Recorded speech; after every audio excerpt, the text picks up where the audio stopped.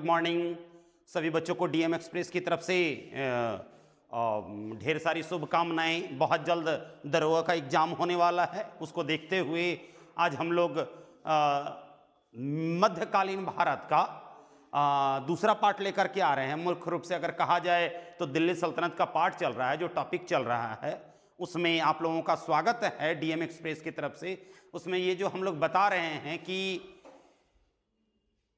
मध्यकालीन भारत में दिल्ली सल्तनत, जिसमें 5 राजवंशों ने शासन किया, जैसा कि मेरे पिछले वीडियो में आप लोग देखेंगे कि मैंने बताया था दिल्ली सल्तनत का कार्यकाल 1206 से लेकर के 1526 ईस्वी तक रहा।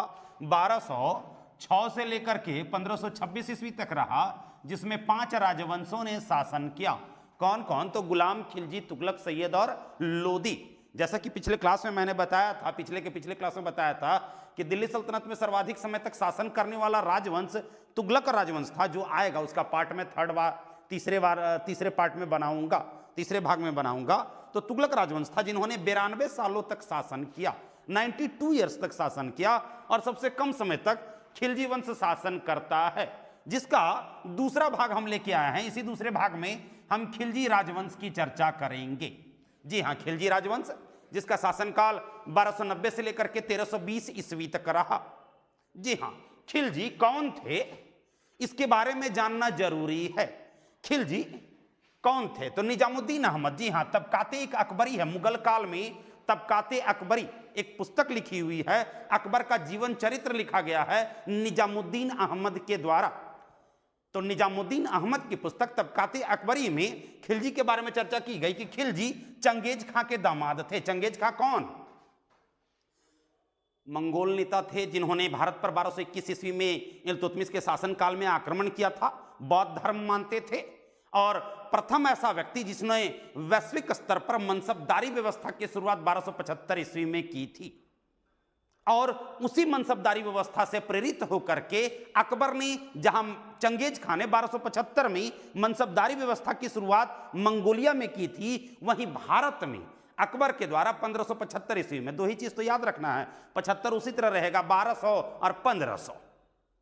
तो 1275 में चंगेज खां के द्वारा जहां मनसबदारी व्यवस्था की शुरुआत की गई मंगोल में चंगेज खां के द्वारा, वहीं भारत में मुगल राजा अकबर के द्वारा मनसबदारी व्यवस्था की शुरुआत की गई। तो चंगेज खां जो कि मंगोल था, चंगेज खां का दामाद था खिलजी, और जलालुद्दीन खिलजी के पूर्वज रहे होंगे।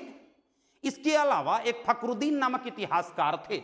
जी हां, फखरुद्दीन के अनुसार जो है तुर्कों की 64 जातियों में से एक अफगान के हेलमंद प्रांत के, हेलमंद प्रांत अफगानिस्तान में एक हेलमंद प्रांत है, वहां खिलजी एक स्थान है।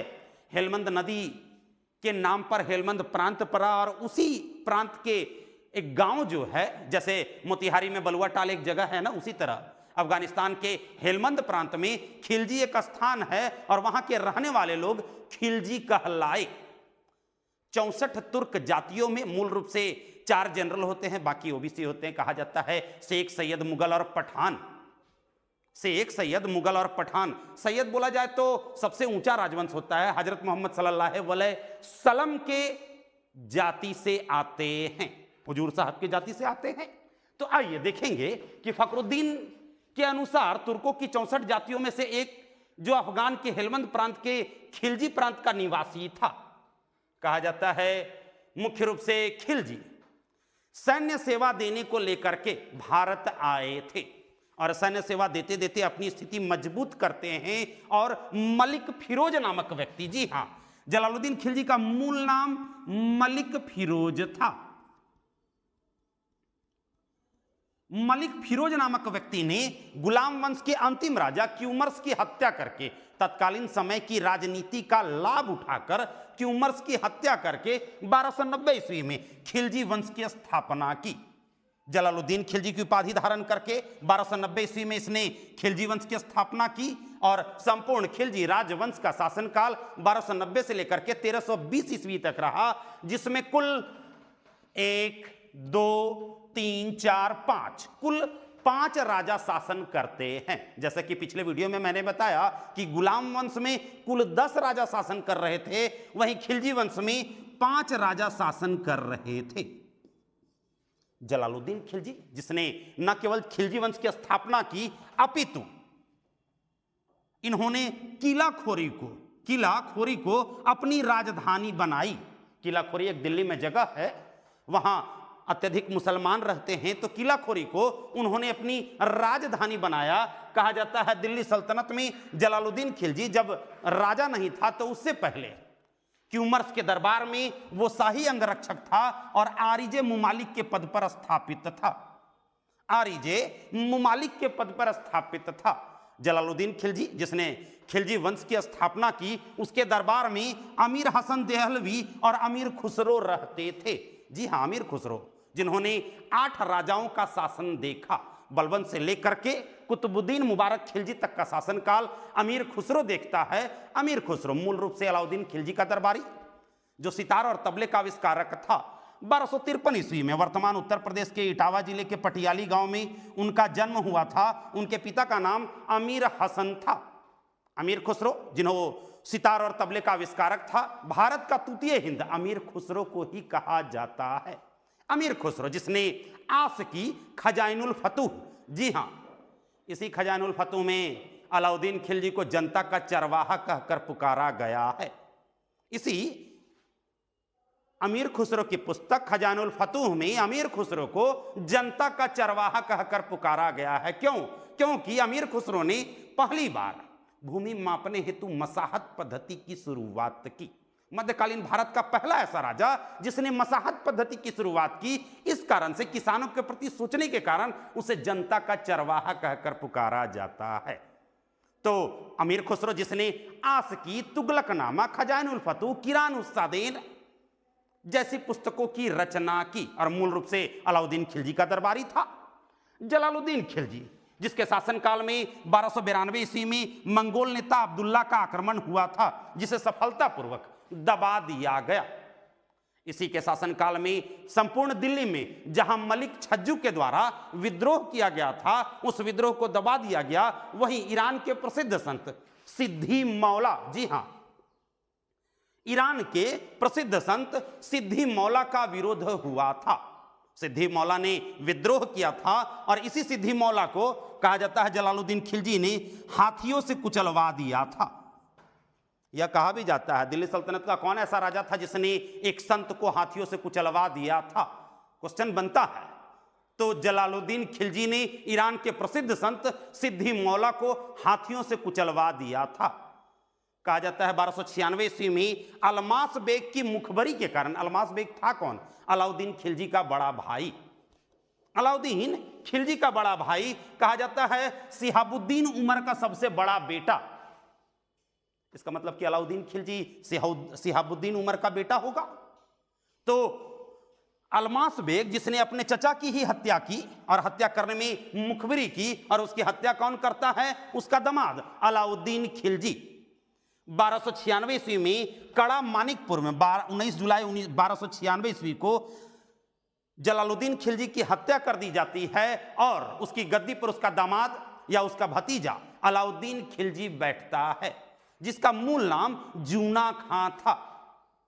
जिसका मूल नाम जूना खां था, उसे अली गुरसाप कहकर भी पुकारा जाता है। उसे अली गुरसाप कहकर भी पुकारा जाता है, जिसका शासनकाल 1296 से लेकर के 1316 ईस्वी तक रहा। इसके पिता का नाम सिहाबुद्दीन उमर था। दिल्ली की गद्दी पर आसीन होने के पश्चात उसने सीरी को अपनी राजधानी बनाया। दिल्ली की गद्दी पर बैठने के पश्चात अलाउद्दीन खिलजी ने सीरी को अपनी राजधानी बनाया।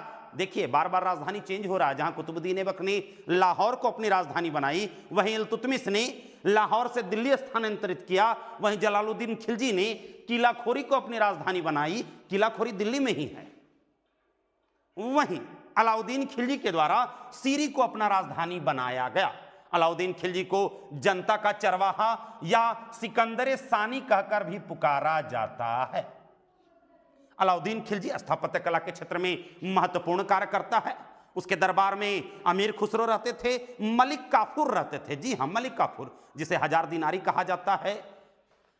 गुजरात अभियान के दौरान, जी हां, गुजरात अभियान के दौरान 1000 दिनार में नुसरत खां नामक व्यापारी से, नुसरत खां नामक व्यापारी से अलाउद्दीन खिलजी ने मलिक काफूर को क्रय किया था। क्रय मतलब खरीदना होता है।